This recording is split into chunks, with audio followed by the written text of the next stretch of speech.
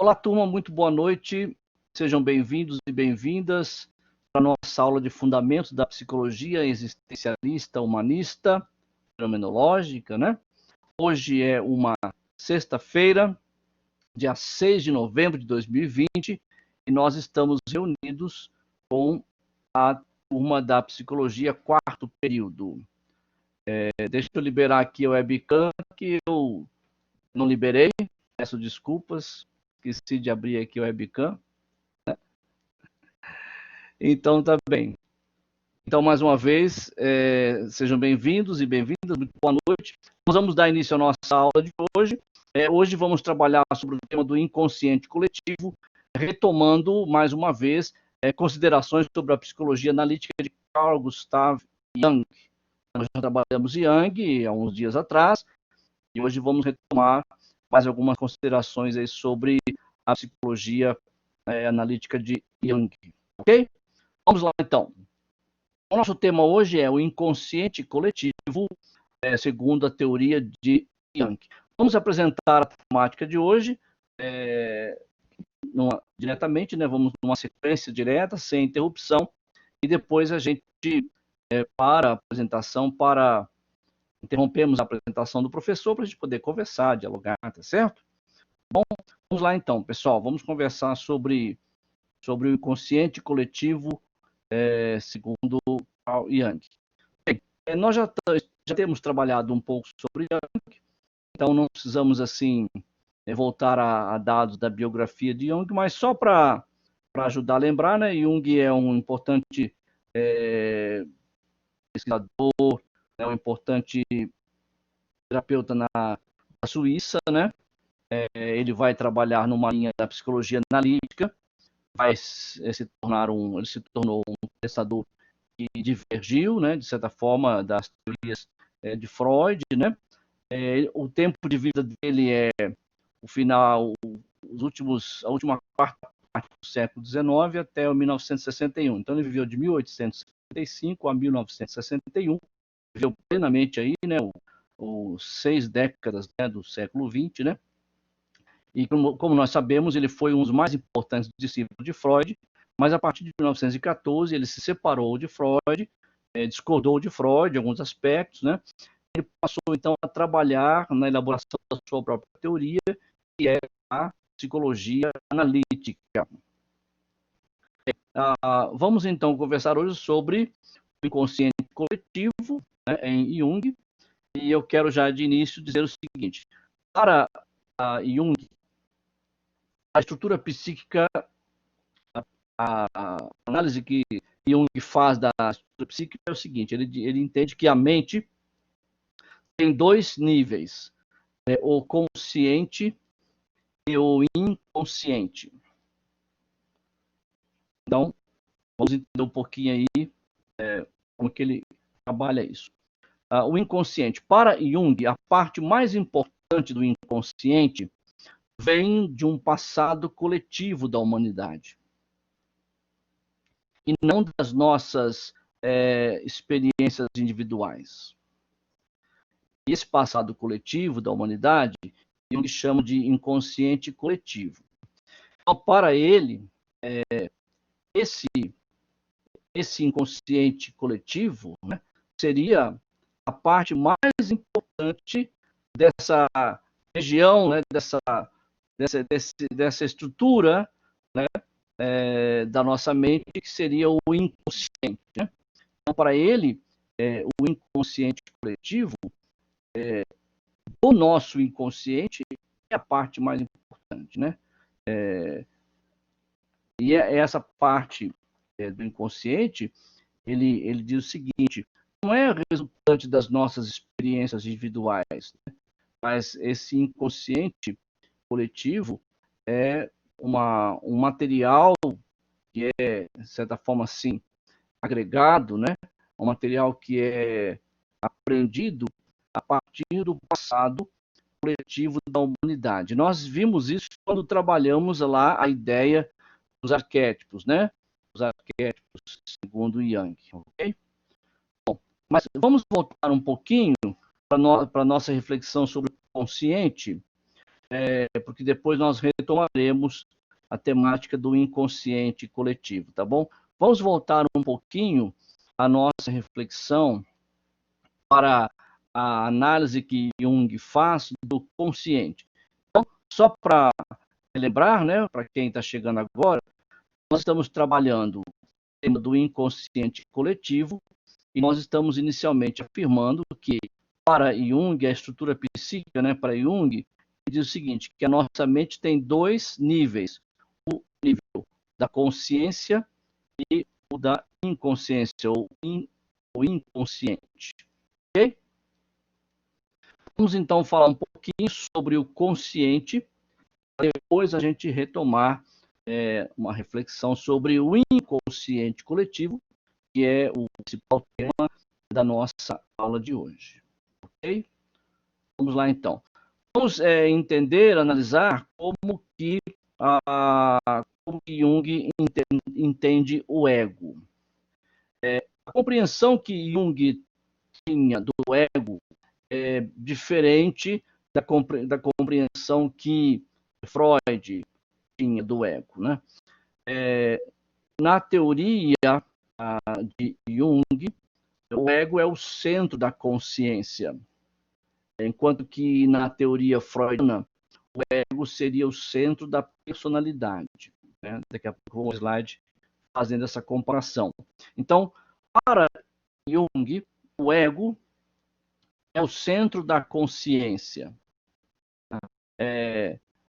Isso é muito importante porque na visão de Jung, o ego vai fazer aí o gerenciamento, né, das nossas as estruturas da consciência, mas a gente já vai falar sobre isso já já. Então, para Jung, o ego é o centro da consciência. Se nós compararmos com Freud, nós vamos ver que Freud afirmava, na teoria de Freud, o ego seria o centro da personalidade, né? Enquanto que para Jung, o ego seria o centro da consciência, ok? Então, para Jung, como que ele entende a função, o trabalho do ego? Ele entende o seguinte, o ego, que é o centro da consciência, né, para Jung, o ego é uma estrutura psíquica que gerencia os aspectos conscientes da mente. É como se o ego estivesse gerenciando, né, administrando, cuidando de todos os aspectos conscientes da nossa mente. O que são aspectos conscientes da nossa mente? É tudo aquilo que nós processamos, tudo aquilo que a nossa mente processa, né, de forma consciente, clara. É tudo aquilo para o qual a nossa mente se dirige, né, dirige a sua atenção de forma consciente, deliberada, por vontade, por deliberação. Então, tudo aquilo para o qual a nossa mente, as informações, os processos para os quais a nossa mente dirige a sua atenção de forma consciente, deliberada, então, esses são os aspectos conscientes da nossa mente. Né? Nesse momento aqui, estamos dirigindo a nossa mente conscientemente, deliberadamente, para um processo de reflexão, para um estudo, uma reflexão, uma aula. Estamos fazendo isso de forma consciente, deliberada. Então, esse é um exemplo claro aí de aspectos conscientes. Então, o ego, na visão de Jung, gerencia esses processos, né? Esses processos conscientes da nossa mente. Então, no entendimento de Jung, o ego ele não se envolve com os processos inconscientes. O ego, repito, gerencia, administra os aspectos conscientes da nossa mente. Então, para Jung, o ego não se envolve com processos inconscientes. Né? Vamos assim dar um exemplo de processo inconsciente. Vamos supor que que a pessoa viveu na infância um trauma, um problema, e esse trauma, esse problema ficou guardado em algum compartimento secreto da mente. Então, o ego não cuida desse processo. Esse é um exemplo de um processo inconsciente. Então, o ego, não, na visão do Jung, o ego não vai se envolver com os processos inconscientes. Na visão do Jung, o ego se envolve, ele abarca, ele cuida, ele trabalha dos processos conscientes. Para Jung, quem vai trabalhar os processos inconscientes é uma outra estrutura psíquica. Eu já vou falar sobre ela já, que é o self. Então, para Jung, o ego não cuida, não administra os processos inconscientes. E nós estamos dando aqui um exemplo, né, de um tipo de um processo inconsciente, um trauma vivido na infância que ficou guardado em alguma arte secreta, um compartimento secreto, né, da mente. O ego não trabalha com esses processos inconscientes. Então, quem vai trabalhar com os processos inconscientes, segundo Jung, é o self. O self é o centro da personalidade para Jung, né? O self é uma estrutura psíquica diferentemente do ego, e é o self que vai trabalhar esses processos, vamos dizer assim, inconscientes. Ok? Bom, vamos falar um pouquinho sobre os processos conscientes e inconscientes, né? O self e os processos conscientes e inconscientes.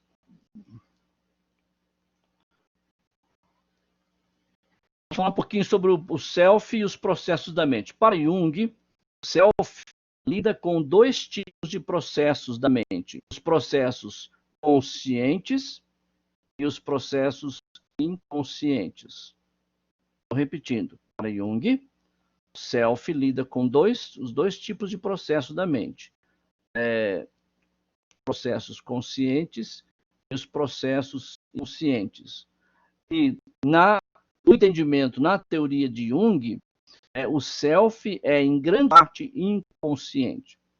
Tem até uma frase, né, de Jung que ele fala assim: o inconsciente é inconsciente. Quer dizer, ele quer dizer o seguinte: ele reforça a tese de que o inconsciente é inconsciente de fato, é inconsciente mesmo, né? E ele fala sobre muitas vezes ações que nós temos ou expressões que usamos, que muitas vezes expressamos quase que de forma inconsciente, como algo que sai até como um lapso, como uma falha, né? Um processo que surge assim, uma fala, alguma coisa que vem realmente do nosso inconsciente. Né? Então, para Jung, o self é em grande parte inconsciente. Vamos falar um pouquinho agora do inconsciente pessoal. O inconsciente pessoal, ele envolve, ele agrega, né, ele envolve todas as experiências individuais que foram reprimidas, tais como frustrações, traumas, que foram assimilados de forma sublimar. O que se entende por forma sublimar? Forma sublimar significa quando apreendemos ou assimilamos perdão, coisas, ideias, comportamentos, sem que nos demos conta disso, né? Sem nos darmos conta de forma consciente disso, né? Então, o que é a forma similar? Significa o fato de aprendermos e assimilarmos coisas, pensamentos, ideias, sem que nos demos conta, sem nos darmos conta, né, dessa apreensão, né? De forma consciente. A gente não se dá conta, mas assimila. Eu trabalhei há uns anos atrás, na minha juventude, eu trabalhei numa empresa de refrigerante muito famosa, né? Produz o refrigerante mais famoso, né, do Brasil e do mundo, né? Que é a Coca-Cola, né? Então eu trabalhei alguns anos na Coca-Cola, uma função que eu exerci lá na minha juventude, antes de eu me tornar professor, é uma história, mas enfim, trabalhei na área de informática da Coca-Cola por um tempo, justamente dentro da fábrica da Coca-Cola mesmo, dentro da empresa onde era produzido o refrigerante Coca-Cola, né? E eu me lembro que o primeiro dia de trabalho, antes mesmo que eu assumisse qualquer função dentro do centro de processamento de dados da empresa, da área da inteligência da empresa, que era o centro de processamento de dados, o CPD, antes que eu exercesse qualquer função ali dentro, eu e os demais colegas que estavam recém-contratados, fomos para uma palestra, né? E nessa palestra nos foi apresentado a história da empresa, a história do refrigerante chamado Coca-Cola, como que ele surgiu no mundo, a questão da patente. Foi, enfim, apresentado para nós a história do refrigerante e a história da empresa, especificamente, onde nós íamos trabalhar, porque as empresas Coca-Cola que existem espalhadas pelo Brasil são franquias, né? Onde houver uma empresa, uma fábrica do refrigerante Coca-Cola, significa que ali tem uma franquia, né, para produzir o refrigerante. Bom, então eu participei dessa palestra, né? Eu me recordo muito bem de cena que ficou gravada na minha mente, que nunca mais eu esqueci. Antes do palestrante iniciar a sua fala, ele vinha como um profissional da empresa para nos apresentar o produto e a empresa, né? Falar da missão da empresa, da proposta da empresa, da história da empresa, promover a empresa, né? Apresentar a empresa para nós, que seríamos a partir dali funcionários dela, né?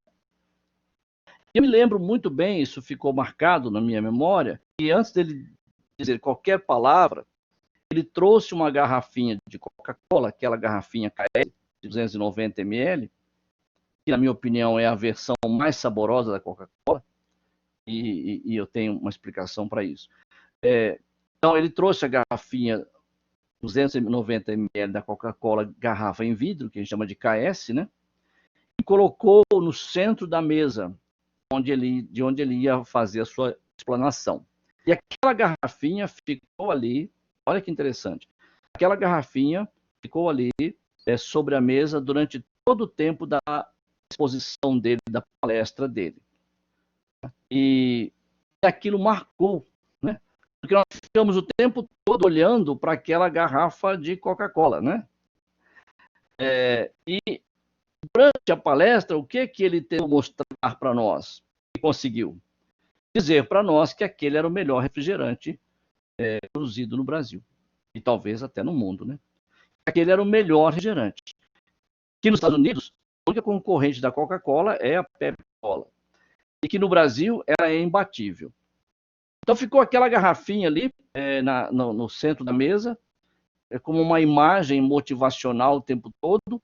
Eu lembro de algumas palavras da palestra dele até hoje. Eu lembro de algumas falas do palestrante até hoje. Né? Algumas, né? Cortadas assim, mas lembro.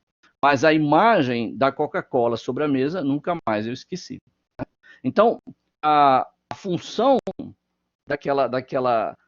a função que ele queria que aquela garrafa refrigerante exercesse sobre a nossa cabeça, né, sobre a nossa mente ali, naquela palestra, de fato, foi cumprida, né? Nós ficamos ali o tempo todo assimilando a ideia de que aquele era o melhor refrigerante produzido no Brasil. E como eu trabalhei alguns anos nessa empresa, o que eu verifiquei ali? Que, de fato, na linha de produção da Coca-Cola, haviam vários refrigerantes, né? A Coca-Cola na época produzia a própria Coca-Cola, a Fanta laranja, a Fanta uva e o Guaraná Taí. Essas são as 4 linhas de produção principais da empresa. Agora, qual era o carro-chefe da empresa? Qual era o refrigerante que mais via? Mas assim, disparadamente, absurdamente incomparável, era a Coca-Cola. Então os caminhões saíam carregados com caixas e mais caixas de Coca-Cola e algumas caixas de Fanta laranja, Fanta uva, Guaraná. Então a linha de produção ela passava assim dias produzindo só Coca-Cola e depois quando ia produzir outros refrigerantes aí parava aquela linha de produção para trocar todo o xarope, né, todo processo de formação do refrigerante, parava para lavar todos os tanques e trocando para produzir os outros, tipo Fanta laranja, Fanta uva. Mas a linha de produção que mais ficava montada, que mais produzia, era a Coca-Cola. E sem dúvida, os caminhões saíam diariamente supercarregados com caixas e mais caixas de Coca-Cola. O refrigerante Coca-Cola era, sem dúvida, o carro-chefe da empresa. É o que levantava mesmo o orçamento da empresa, o que gerava milhões e milhões e milhões de reais. Então, e aí nós conversávamos sobre isso, e uma das coisas que nós conversamos na época, lembramos que, por exemplo, às vezes você chega num restaurante, numa lanchonete, você vai tomar um lanche ou vai fazer uma refeição, se o garçom te pergunta o que você vai beber, estou falando em termos de refrigerante, né? Então, pode ter certeza, geralmente, claro, com exceções, mas as exceções não alteram a tese, né?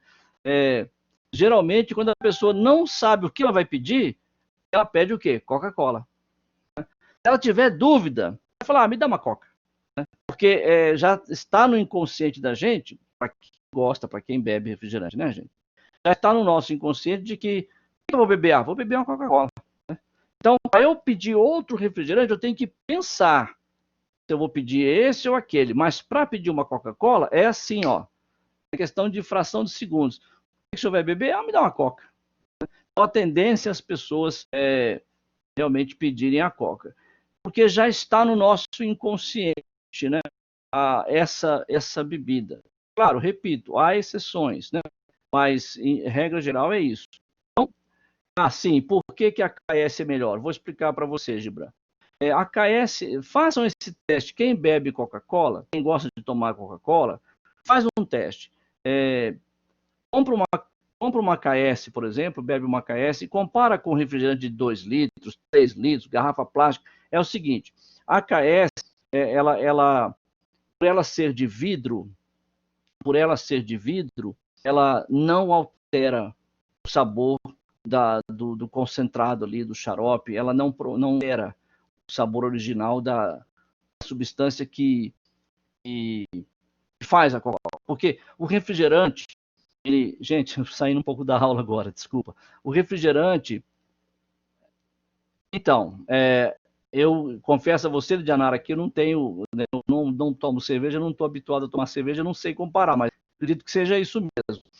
O refrigerante é composto do seguinte, ele tem um concentrado de xarope, é esse que vem da Coca-Cola e vem lacrado, é ali que é o segredo, né, o segredo da composição química da Coca-Cola está no tambor do xarope. E vem um tambor lacrado. O xarope é um concentrado. Então, o que é um refrigerante? É o resultado da mistura do xarope com a água, né, e o gás. A mistura desses 3 elementos é que forma um refrigerante. E, lógico, o principal de tudo ali é o xarope, que é o concentrado.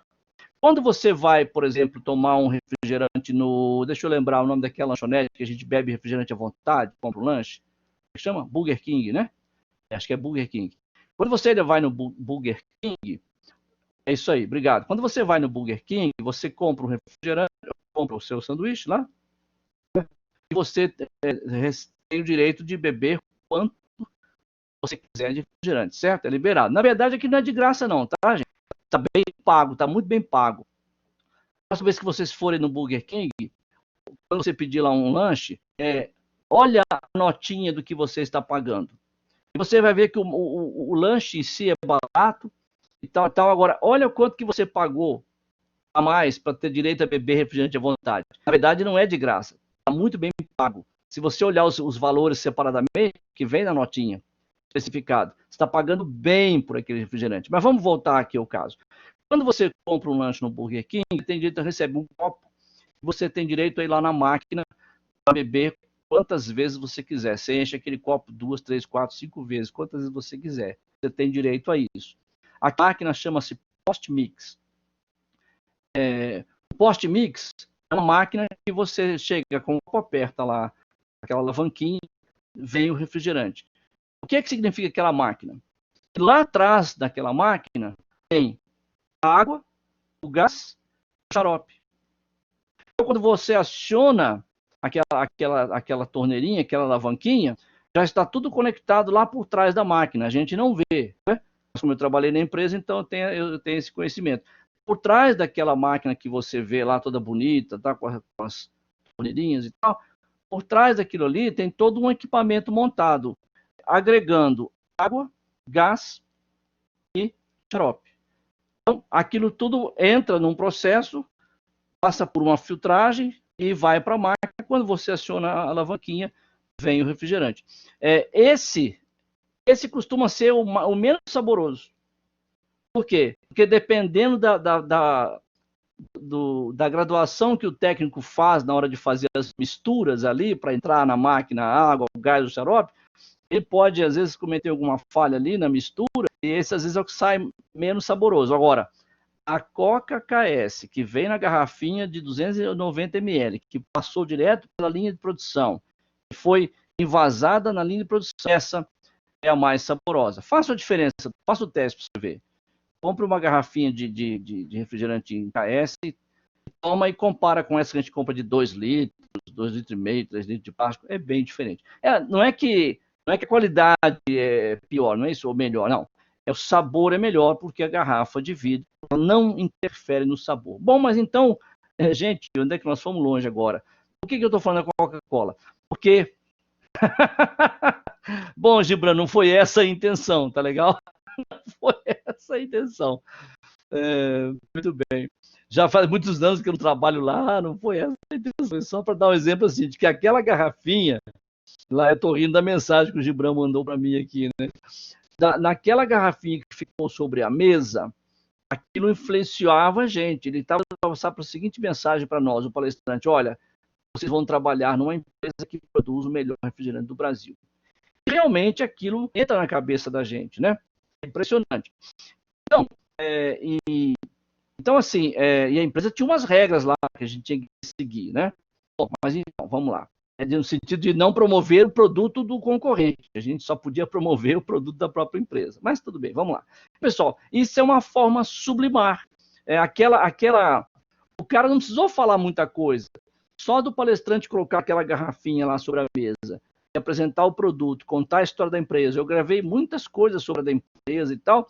E aquela garrafinha ali influenciou muito a cabeça da gente. Essas são as técnicas da propaganda. Quando, por exemplo, numa novela, tem um produto que houve um contrato entre a novela e um determinado fabricante de um produto, e essa novela vai colocar esse produto no ar, uma cena da novela, não precisa ter nenhuma palavra sobre o produto. Só o fato de uma determinada cena, o ator, ou os atores, fazerem uso daquele produto, seja uma bebida, um refrigerante ou um cosmético, o que seja. Só o fato daquele produto entrar numa cena da novela, aquilo já alcançou o nosso inconsciente. Não precisa ter nenhuma palavra. O ator não vai interromper a cena e falar assim: olha, beba esse refrigerante, use esse cosmético. Não, ele não vai fazer isso. Mas nem precisa.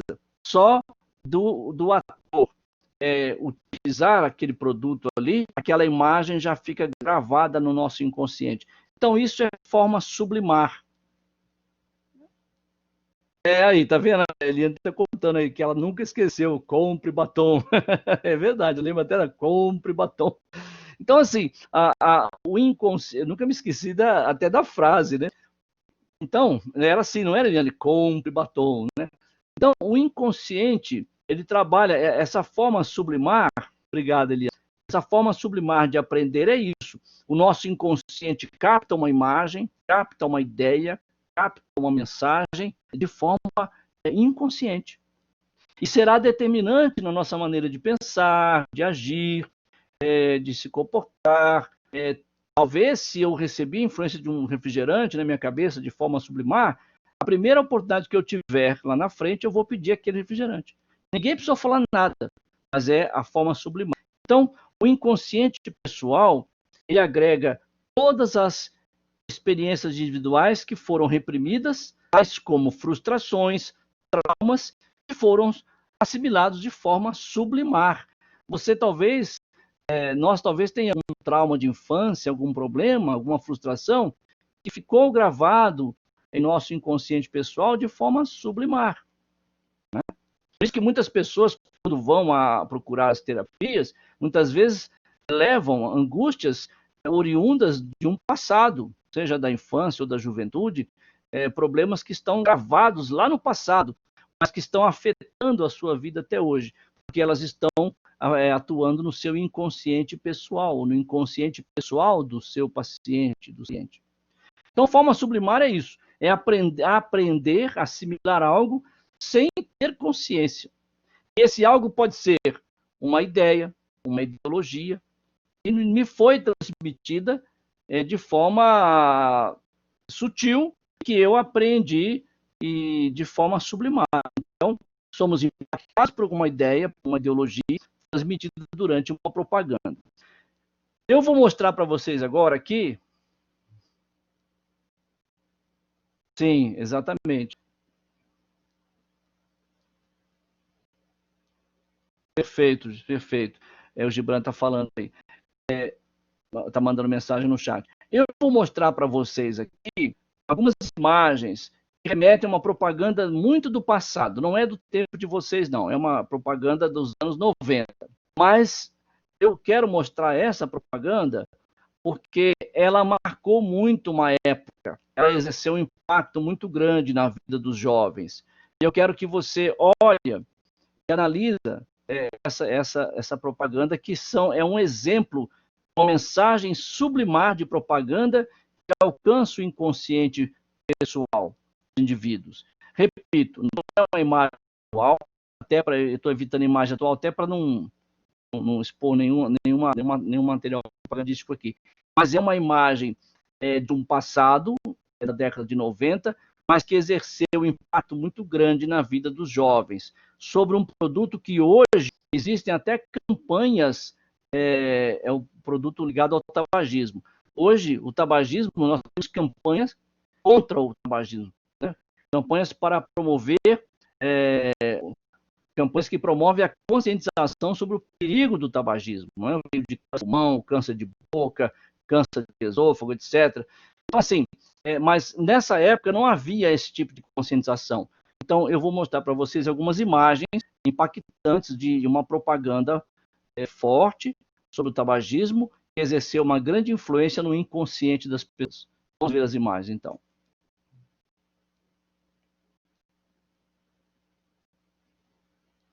Olha aí.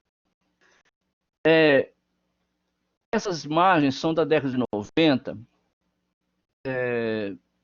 mas eu me recordo muito bem dessas propagandas na televisão, o impacto que essa propaganda exercia na cabeça das pessoas era muito grande. Né? Qual é a ideia que essa imagem passa? Depois a gente pode abrir o diálogo para conversar, mas eu vou aqui fazer umas considerações. Porque estamos gravando, né? A ideia que a propaganda do Marlboro passava era de um homem jovem, forte, elegante, superativo, aventureiro. Então, toda vez que a Marlboro lançava uma propaganda, ela tinha esse personagem, esse garoto propaganda aí, em todos os seus clipes. Então, essa imagem que eu estou mostrando duas aí, depois eu vou mostrar mais uma, todas as imagens da Marlboro eram associadas a um cavaleiro, né? Assim, jovem, né? Forte, dinâmico, vamos dizer assim, aventureiro, né? Super ativo, super saudável. Então, na época, essa imagem passava uma ideia muito forte de fumar realmente era muito bacana.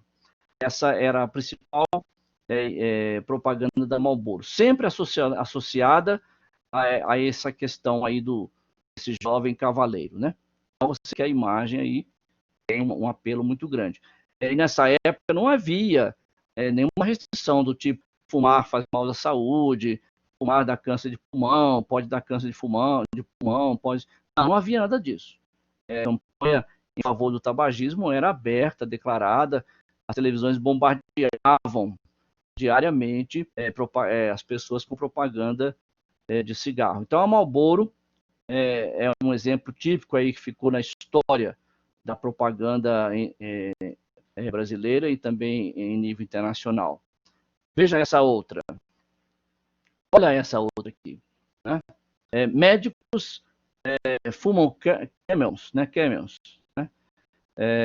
Ele está colocando o seguinte: esse cigarro fuma muito mais, prefere esse do que a outros, né? A outros. Agora, veja, olha só. A propaganda sugeria que os médicos, né, doctors, preferiam camels, né? Ou camel para fumar, né? Quer dizer, veja só, imagine uma propaganda de incentivando pessoas a fumar usando a imagem de um médico, de um doctor, dizendo que os doctors fumam, né? Então veja que absurdo, né?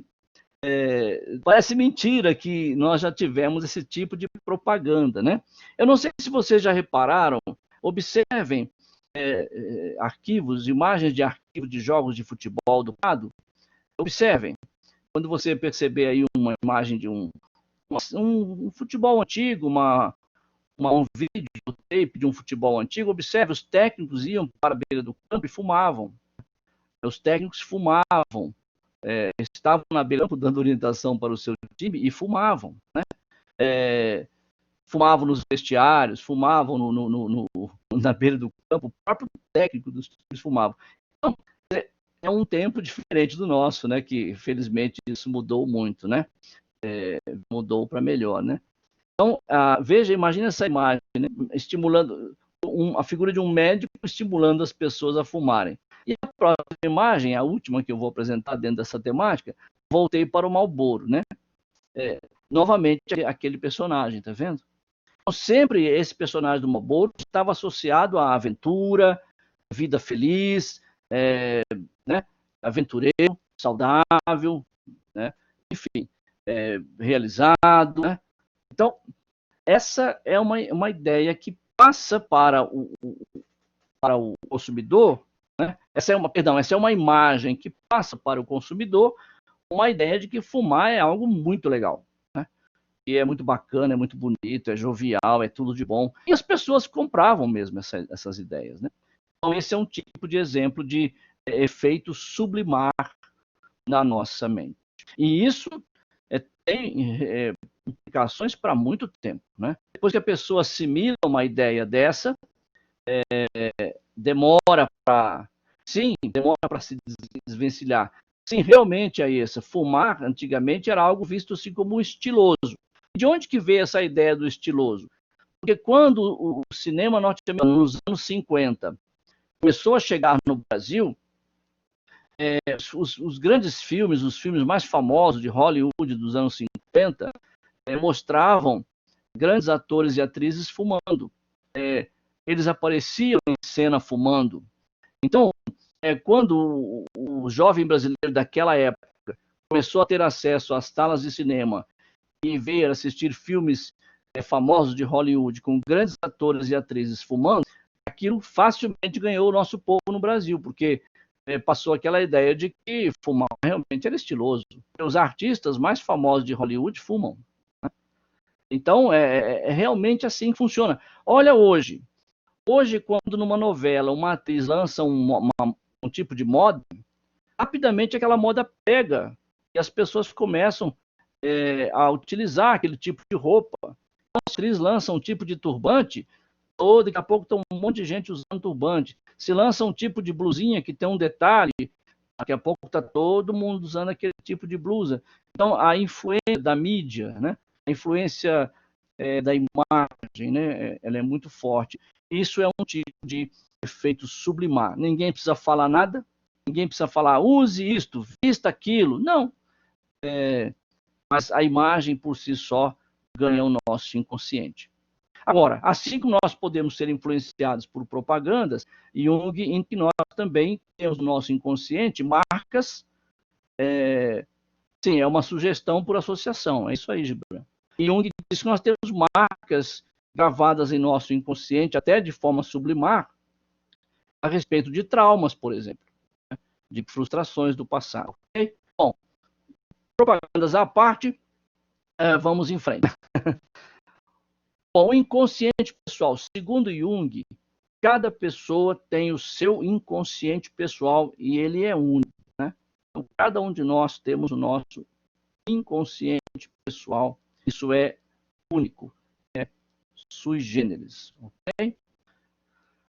Bom, sobre o inconsciente pessoal, Jung entende o seguinte: algumas das informações que nós temos em nosso inconsciente pessoal, algumas podem ser lembradas com facilidade, ok?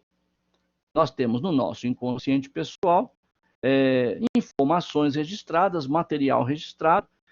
Alguns desses materiais nós lembramos com facilidade.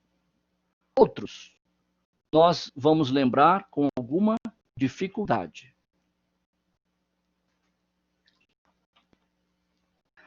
Outras informações, segundo Jung, nunca chegarão a ser lembradas, ou serão lembradas uma única vez e não mais. E ainda haverá outras informações nesse material do inconsciente pessoal que nunca chegarão a ser sequer se tornar conscientes. Então veja que interessante, ele faz essa análise a partir das suas pesquisas, né, de que no nosso inconsciente pessoal nós temos lembranças que serão tratadas com facilidade, outras com dificuldade, algumas que nunca chegarão a ser lembradas ou serão lembradas uma única vez, e algumas que nem chegarão no campo da consciência. Nunca, jamais serão lembradas e nem chegarão no campo da consciência. Vamos falar agora, então, do inconsciente coletivo, que é o nosso tema principal, né, da nossa aula de hoje. Bom, o inconsciente coletivo, esse é um conceito que a gente trabalhou também lá na aula sobre os arquétipos junguianos. O inconsciente, depois você pode retomar a aula sobre os arquétipos para você fazer essa associação aí. O inconsciente coletivo, segundo Jung, ele tem as raízes no passado coletivo de toda a humanidade. Esse é um conceito incrível do Jung, é um conceito assim incrível, espetacular, é um conceito assim muito próprio do Jung que se destaca mesmo, é digno de análise, de estudo, assim, digno de análise de toda a obra dele, mas eu digo assim, é algo que realmente nos impressiona muito, né? Ele fala o seguinte: a humanidade produz, ao longo de toda a sua história, ela vai produzindo um inconsciente coletivo. O que é esse inconsciente coletivo? É todo o material que os nossos antepassados criaram, ideias, valores, conceitos com quais os nossos antepassados se relacionaram, conviveram, construíram, e que nós vamos recebendo isso, porque isso vai sendo transmitido às novas gerações. Então, conceitos, ideias relacionadas a valores, religião, filosofia, uma série de cultura, artes. Então, eu falo o seguinte, a humanidade vai construindo esse inconsciente coletivo na medida em que ela trabalha valores, na medida em que ela se relaciona com valores, com ideias. Nós vamos construindo isso, a humanidade vai construindo isso ao longo dos séculos, né? Ao longo de toda a sua história, e vai transmitindo para gerações futuras. Então, as novas gerações vão herdando esse inconsciente coletivo. Portanto, o inconsciente coletivo tem as suas raízes, segundo Carl Jung, nesse passado coletivo de toda a humanidade. Vamos explicar um pouquinho mais sobre isso.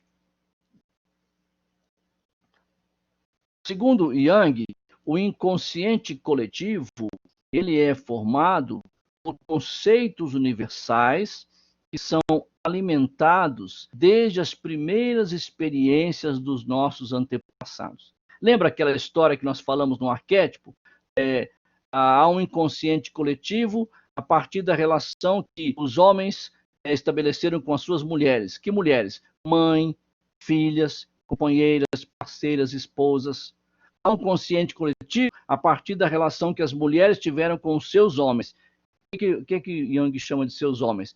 Pai, filho, esposo, companheiro, irmão. Então, Jung fala que a partir dessa relação que as mulheres tiveram no passado com a figura masculina, construiu-se um inconsciente coletivo nessa relação com o masculino. E a recíproca é verdadeira. A partir das relações que os homens do passado estabeleceram com as mulheres do passado, vai construir um inconsciente coletivo nessa relação do homem com a mulher hoje.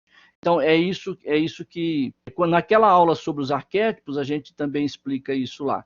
Então, é isso que Jung chama de inconsciente coletivo.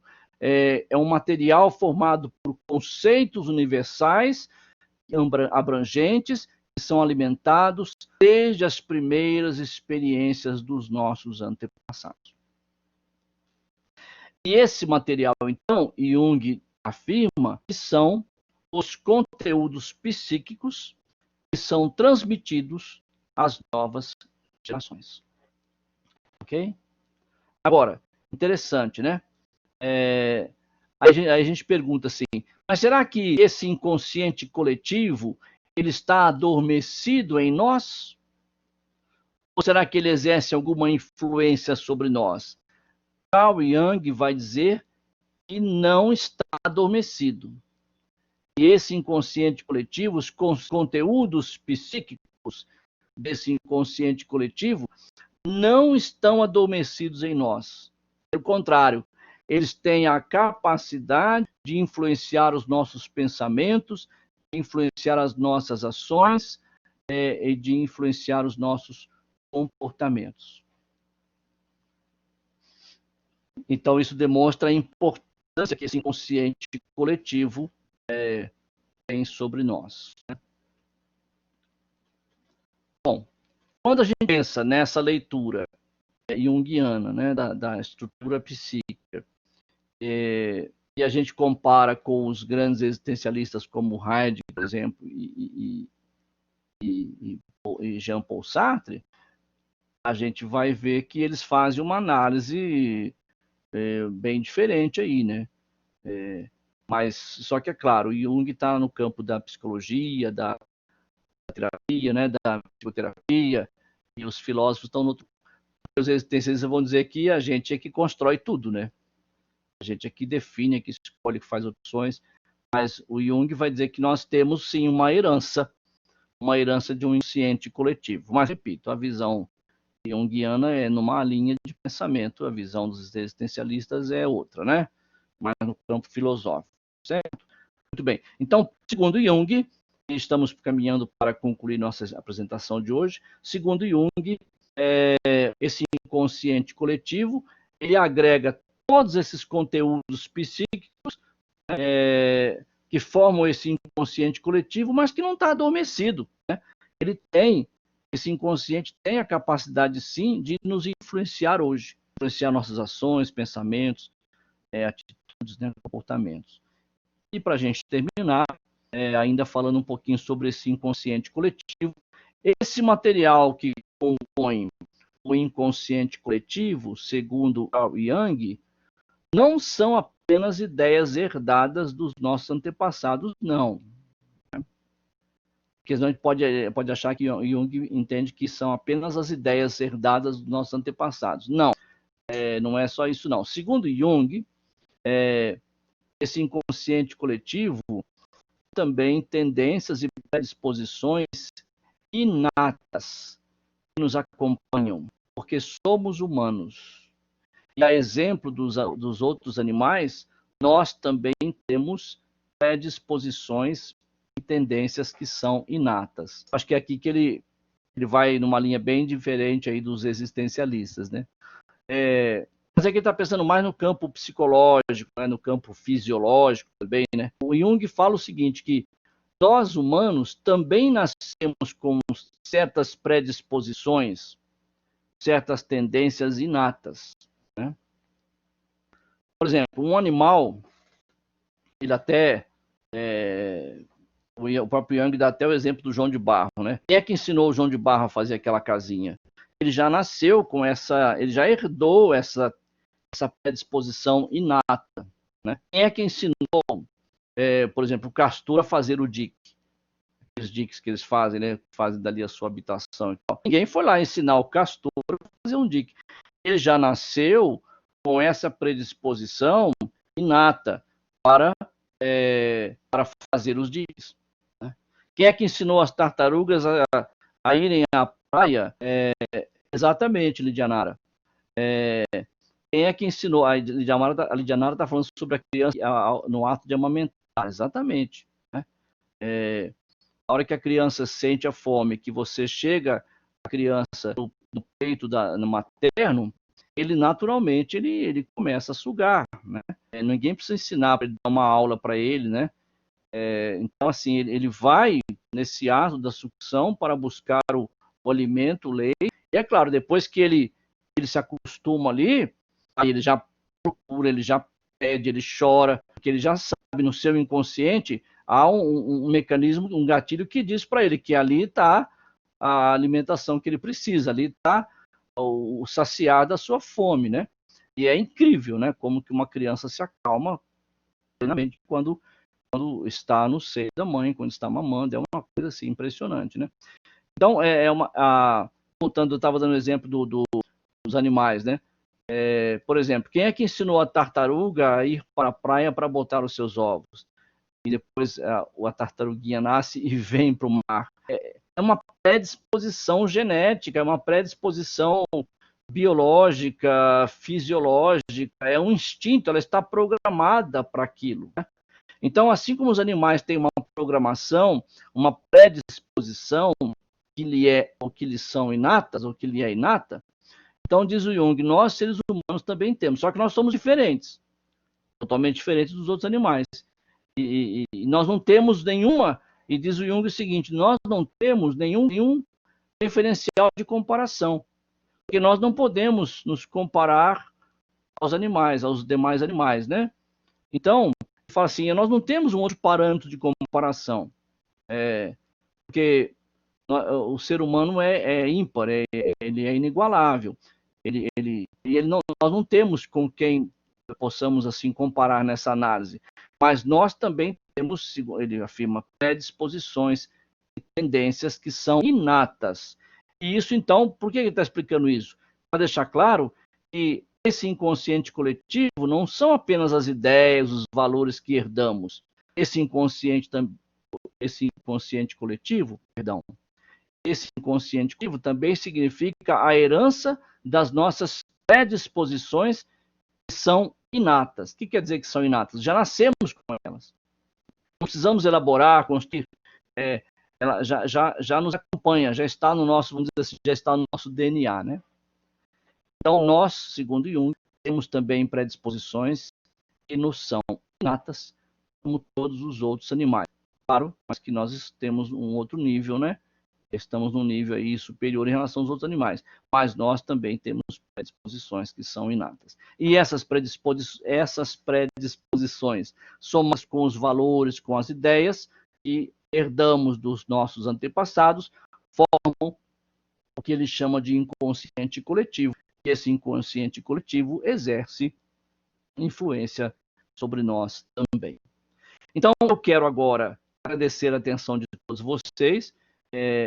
Vou encerrar a gravação aqui agora, vou interromper a gravação, agradecendo a participação e a atenção de todos vocês. Essa aula estará disponível para vocês no Siga e também ficará gravada no Moodle, tá bom? Eu continuo trabalhando material para postar no YouTube, mas depois eu vou usar aquela técnica de não tornar público, porque são aulas do Isabela Hendricks, né? Mas aí quando eu obstruir lá para não tornar público, eu tenho condições de liberar para os nossos alunos o link ou os links para que você possa acessar. Então não se preocupe quando a CSC de São Paulo começar a apagar as nossas aulas gravadas, elas já estão apagando algumas, as minhas aulas estarão gravadas e salvaguardadas no canal do YouTube para que você possa acessar. Caso você não consiga mais acessar a plataforma Moodle, você vai poder acessar no canal do YouTube. Mas para não tornar essa aula totalmente pública, né, a gente vai então depois mandar para vocês apenas o link para que só os alunos possam assistir. A minha ideia, eu estou pensando em criar, sim, algumas aulas para torná-las públicas. Aulas mais rápidas, como, por exemplo, de 10 minutos de apresentação, 10, 15 minutos no máximo, e não fazer referência direta a Isabella Hendricks, mas preparar algumas aulas de filosofia, de psicologia, para torná-las públicas no YouTube, sim. Mas aí eu faria aulas diferentes, num fator de tempo menor, né? Faríamos aulas de 10 minutos, 12 minutos, para essas sim tornar públicas, para que qualquer pessoa possa assistir, mas essas que fazemos especialmente para vocês, que preparamos especialmente para vocês, eu pretendo colocar depois lá como não postado, para que você que é aluno tenha acesso através do link, tá bom? Mas enfim, estamos salvaguardando todas as aulas para que elas não se percam, para que você possa acessar depois quando quiser, tá bom? Vou interromper a gravação, então, agradecendo muito a atenção de vocês, um grande abraço, muito obrigado, e continuarei com vocês aqui, só vou agora interromper a gravação, tá bom? Muito obrigado, um abraço a todos.